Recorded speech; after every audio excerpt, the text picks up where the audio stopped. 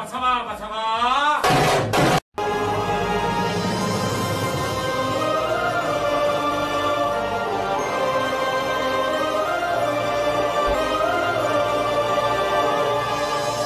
ಎಲ್ರಿಗೂ ನಮಸ್ಕಾರ. ನಾನು ನಿಮ್ಮ ಆ್ಯಕ್ಟರ್ ಜಯಂತ್ ಬಾಬು. ಇವತ್ತು ನಾವು ಬಂದಿರುವ ಜಾಗ ಪಟ್ಟದಕಲ್ಲು, ಕರ್ನಾಟಕದ ಬಾಗಲಕೋಟೆ ಜಿಲ್ಲೆಯ ಪ್ರಸಿದ್ಧ ಪಾರಂಪರಿಕ ಸ್ಥಾನ ಇದು. ಈ ಜಾಗವನ್ನು ವೀಕ್ಷಿಸಲು ಮೊದಲಿಗೆ ನಾವು ಟಿಕೆಟ್ ಪಡಿಬೇಕಾಗುತ್ತೆ. ವ್ಯಕ್ತಿಗೆ 40 ರೂಪಾಯಿ ಟಿಕೆಟ್ ತಗೊಂತಾರೆ. ಪಟ್ಟದಕಲ್ನಲ್ಲಿ ನಾವು ಅನೇಕ ದೇವಸ್ಥಾನಗಳನ್ನು ನೋಡ್ಬೋದು. ಇವುಗಳ ವಿಶೇಷತೆ ಏನಂದರೆ ದ್ರಾವಿಡ ಮತ್ತು ನಗರ ಶೈಲಿಯಲ್ಲಿ ನಿರ್ಮಾಣವನ್ನು ಮಾಡಿದ್ದಾರೆ ಇಲ್ಲಿ. ಅದನ್ನು ನಾವು ಕಾಣ್ಬೋದು. ಅದಲ್ಲದೆ ಇವುಗಳ ವಾಸ್ತುಶಿಲ್ಪ ಅತಿ ಅದ್ಭುತವಾಗಿದ್ದಾವೆ. ಈ ಜಾಗ ಬಂದು ಚಾಲುಕ್ಯ ರಾಜ್ಯದ 3ನೇ ಕ್ಯಾಪಿಟಲ್ ಆಗಿರುತ್ತೆ. ಐಹೊಳೆ ಮತ್ತು ಬಾದಾಮಿ ಅವರ 1ನೇ ಮತ್ತು 2ನೇ ಕ್ಯಾಪಿಟಲ್ ಆಗಿರುತ್ತೆ. ಪಟ್ಟದಕಲ್ಲು 3ನೇ ಕ್ಯಾಪಿಟಲ್ ಆಗುತ್ತೆ. ಅದಲ್ಲದೆ ಇಲ್ಲಿನ ವಿಶೇಷತೆ ಏನೆಂದರೆ ಚಾಲುಕ್ಯ ರಾಜ್ಯರ ಪಟ್ಟಾಭಿಷೇಕ ನಡೆದಿರುವ ಜಾಗ ಇದು. ಪಟ್ಟದಕಲ್ಲು ಕರ್ನಾಟಕದ ಜನಪ್ರಿಯರ ಪ್ರವಾಸಿಗರ ಸ್ಥಳವಾಗಿದೆ ಹಾಗೂ ಹೆಸರುವಾಸಿಯಾಗಿದೆ. ಪಟ್ಟದಕಲ್ನಲ್ಲಿ ನಾವು ಒಟ್ಟು 10 ಪ್ರಮುಖ ದೇವಾಲಯಗಳನ್ನು ನೋಡ್ಬೋದು. ಇವುಗಳನ್ನು ಶಿವನಿಗೆ ಅರ್ಪಣೆ ಮಾಡಿದ್ದಾರೆ. ಬನ್ನಿ ನಾವೀಗ ಒಂದು ಮುಖ್ಯವಾದ ದೇವಸ್ಥಾನವನ್ನು ನೋಡೋಣ. ಇದು ಶಿವನಿಗೆ ಅರ್ಪಣೆ ಮಾಡಿದೆ. ಇಲ್ಲಿ ಲಿಂಗ ಕೂಡ ನಾವು ನೋಡ್ಬೋದು. ಬನ್ನಿ. ಇವತ್ತಿಗೂ ಕೂಡ ಈ ಲಿಂಗ ಹತ್ತು ಇತ್ತು ಚೆದರದೆ ಅದೇ ಅದ್ಭುತವಾದ ಆಕಾರದಲ್ಲಿದೆ. ಆದರೆ ಇಲ್ಲಿ ಯಾವುದೇ ರೀತಿಯಾದ ಪೂಜೆ ಪುರಸ್ಕಾರಗಳು ನಡೆಯೋದಿಲ್ಲ. ಅದರಿಂದ ಇದೊಂದು ಸ್ವಲ್ಪ ಪಾಳು ಬಿದ್ದಿದೆ. ನೋಡಿ ನೀವೇ. ಬಾವಲಿ ಅಷ್ಟೇ.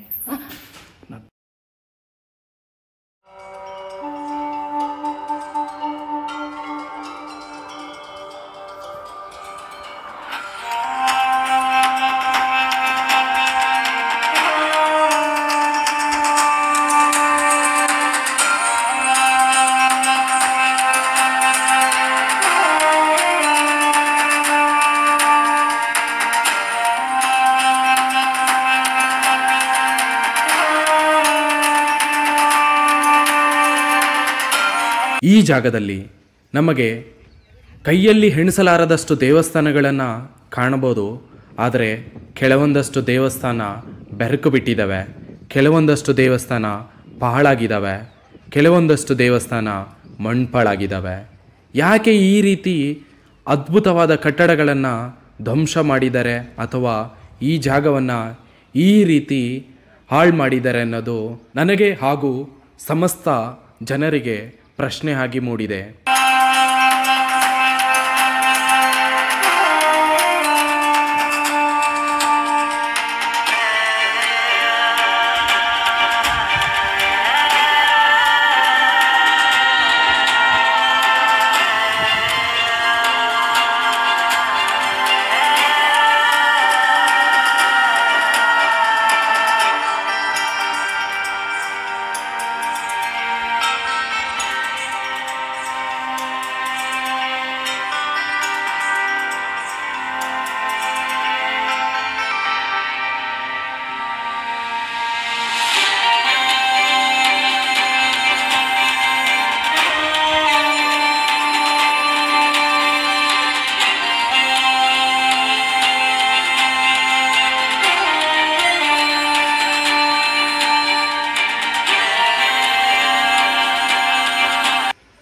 ಈ ಜಾಗದ ಮತ್ತೊಂದು ವಿಶೇಷತೆ ಏನಂದರೆ ಇದು ಬಂದು ಮೂಲಪ್ರಭಾ ನದಿಯ ದಡಿಯಲ್ಲಿದೆ.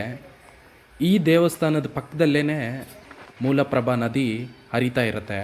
ಅದ್ರ ಪಕ್ಕದಲ್ಲೇ ಇದೊಂದು ಚಿಕ್ಕದಾಗಿ ಆಂಜನೇಯ ದೇವಸ್ಥಾನ ಕೂಡ ಇದೆ. ಈ ದೇವರು ಆಗಿನ ಕಾಲದಲ್ಲಿ ಕಲ್ಲಲ್ಲಿ ಕೆತ್ತಿ ಮಾಡಿರುವಂಥ ದೇವರಿದು. ಇಲ್ಲಿಂದ ಮತ್ತೊಂದು ದೇವಸ್ಥಾನಕ್ಕೆ ದಾರಿ ಇದೆ. ಬನ್ನಿ ಹೋಗೋಣ.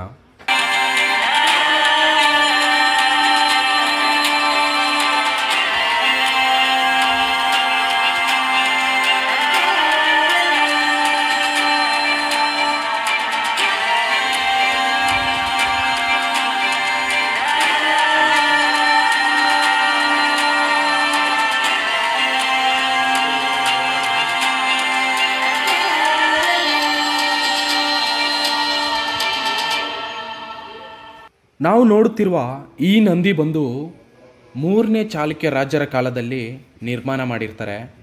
ಈ ಪೂರ್ತಿ ಮಂಟಪ ಹಾಗೂ ಎದುರುಗಡೆ ಇರುವ ದೇವಸ್ಥಾನ ಆಗಿನ ಕಾಲದಲ್ಲಿ ನಿರ್ಮಾಣ ಮಾಡಿರ್ತಾರೆ.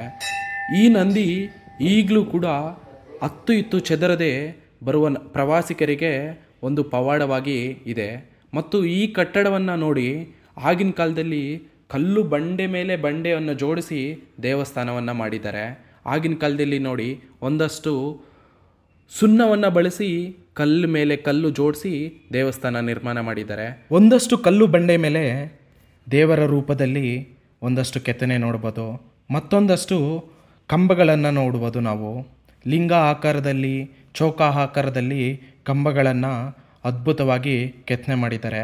ಮತ್ತು ಆಗಿನ ಕಾಲದಲ್ಲಿ ವಾಸ್ತವಿಕವಾಗಿ ನಿರ್ಮಾಣ ಮಾಡಿದ್ದಲ್ಲದೆ ಏರ್ ವೆಂಟಿಲೇಷನ್ ಹಾಗೂ ಸೂರ್ಯನನ್ನು ಬೆಳಕು ಈ ಮಂಟಪದಲ್ಲಿ ಬೀಳೋ ರೀತಿ ನಿರ್ಮಾಣ ಮಾಡಿದ್ದಾರೆ. ಅದೊಂದು ವಿಶೇಷತೆ ಅಂತ ಹೇಳ್ಬೋದು. ಆಗಿನ ಆರ್ಕಿಟೆಕ್ಚರ್ ಎಷ್ಟು ವಿಶೇಷವಾಗಿದೆ ಅಂತ. ಇಲ್ಲಿ ಕೆಲವೊಂದು ಕಂಬದ ಮೇಲೆ ಅತಿ ಅದ್ಭುತವಾದ ಕೆತ್ತನೆಗಳನ್ನಿದ್ದಾವೆ. ಇದನ್ನು ಯಾರಾದರೂ ಎಕ್ಸ್ಪ್ಲೇನ್ ಮಾಡಿದ್ರೆ ಚೆನ್ನಾಗಿರುತ್ತೆ ಅನ್ನೋದ್ರಷ್ಟಲ್ಲೇ ಒಂದು ಗೈಡು ಇಲ್ಲಿ ಯಾರಿಗೋ ಎಕ್ಸ್ಪ್ಲೇನ್ ಮಾಡ್ತಿದ್ರು. ಪೂರ ಕಂಬ ನೋಡೋದಕ್ಕೆ ನೋಡಿ ಲಿಂಗದ ಆಕಾರ ಕಾಣುತ್ತಲ್ಲ, ಅದನ್ನ ಶಿವನಿಗೆ ಹೋಲಿಕೆ ಮಾಡಿದ್ದಾನೆ. GOD god, G for generator Brahma, O for operator Vishnu, D for destroyer Shiva ಅಂತ ಹೇಳಿದ್ದಾರೆ.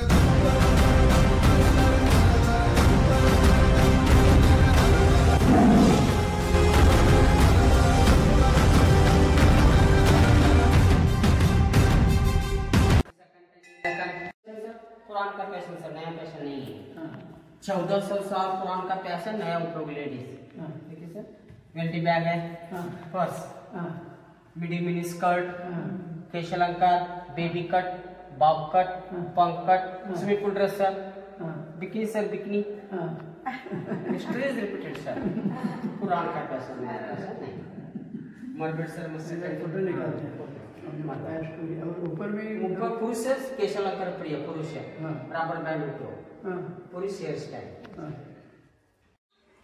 ಗೈಡ್ ಹೇಳಿದಾಗೆ ಇಲ್ಲಿ ಅದೆಷ್ಟೋ ಅದ್ಭುತವಾದ ಕೆತ್ತನೆಗಳಿದ್ದಾವೆ ಮತ್ತು ಅದ್ಭುತವಾದ ಕಟ್ಟಡಗಳನ್ನು ನೋಡಿ ಆಗಿನ ಕಾಲದಲ್ಲೇ ಇಷ್ಟು ಅದ್ಭುತವಾದ ಆರ್ಕಿಟೆಕ್ಚರನ್ನು ಹೇಗೆ ಮಾಡಿದ್ದಾರೆ ಅನ್ನೋದು ಒಂದು ಪ್ರಶ್ನೆ ಮೂಡುತ್ತಾ ಇದೆ.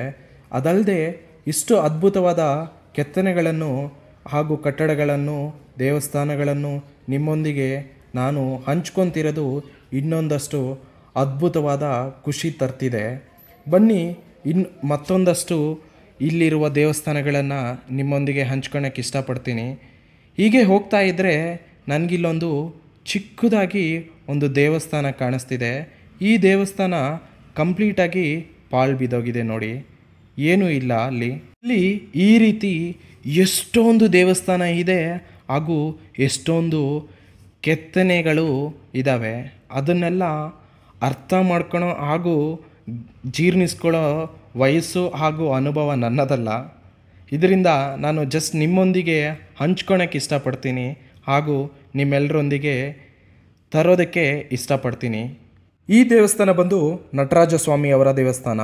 ಇದು ಸಂಪೂರ್ಣವಾಗಿ ಕ್ಲೋಸ್ ಮಾಡಿದ್ದಾರೆ. ಇಲ್ಲಿರುವ ಎಲ್ಲ ಅದ್ಭುತವಾದ ಕೆತ್ತನೆಗಳನ್ನು ನಿಮ್ಮೊಂದಿಗೆ ಹಂಚಿಕೊಂಡು ಹೀಗೆ ಎಕ್ಸಿಟ್ ಕಡೆಗೆ ನನ್ನ ಪ್ರಯಾಣವಾಗಿತ್ತು. ಇಲ್ಲಿರುವ ಲಾನನ್ನು ನೋಡಿ ನನಗೆ ಇನ್ನೊಂದಷ್ಟು ಖುಷಿ ಮೂಡಿತು. ಯಾಕಂದರೆ ನೋಡಿ ಎಷ್ಟು ಅದ್ಭುತವಾಗಿ ಲಾನನ್ನು ಇಲ್ಲಿ ಟೂರಿಸಂ ಡಿಪಾರ್ಟ್ಮೆಂಟ್ ಅವರು ಮೇಂಟೈನ್ ಮಾಡ್ತಿದ್ದಾರೆ. ಬರುವ ವೀಕ್ಷಕರಿಗೆ ಒಂದಷ್ಟು ರೋಮಾಂಚನ ಮೂಡುತ್ತೆ ಹಾಗೂ ಲಾನಲ್ಲಿ ಕೂತ್ಕೊಂಡು ಒಂದಷ್ಟು ಫೋಟೋಸ್ ತಗೊಳೋದಾಗಲಿ ರೆಸ್ಟ್ ಮಾಡೋದಕ್ಕೆ ತುಂಬ ಉಪಯೋಗ ಆಗುತ್ತೆ. ಮತ್ತೊಂದಷ್ಟು ಡ್ರಿಂಕಿಂಗ್ ವಾಟರ್ ಫೆಸಿಲಿಟಿ ಕೂಡ ಅರೇಂಜ್ ಮಾಡಿದ್ದಾರೆ. ಈ ರೀತಿ ಮತ್ತೊಂದಷ್ಟು ಅದ್ಭುತವಾದ ಟೂರಿಸಂ ಪ್ಲೇಸಸ್ ಕಡೆಗೆ ನಿಮ್ಮನ್ನೆಲ್ಲ ಕರ್ಕೊಂಡೋಗೋಕ್ಕೆ ನಾನು ಇಷ್ಟಪಡ್ತೀನಿ. ಧನ್ಯವಾದ ವೀಕ್ಷಕರೇ.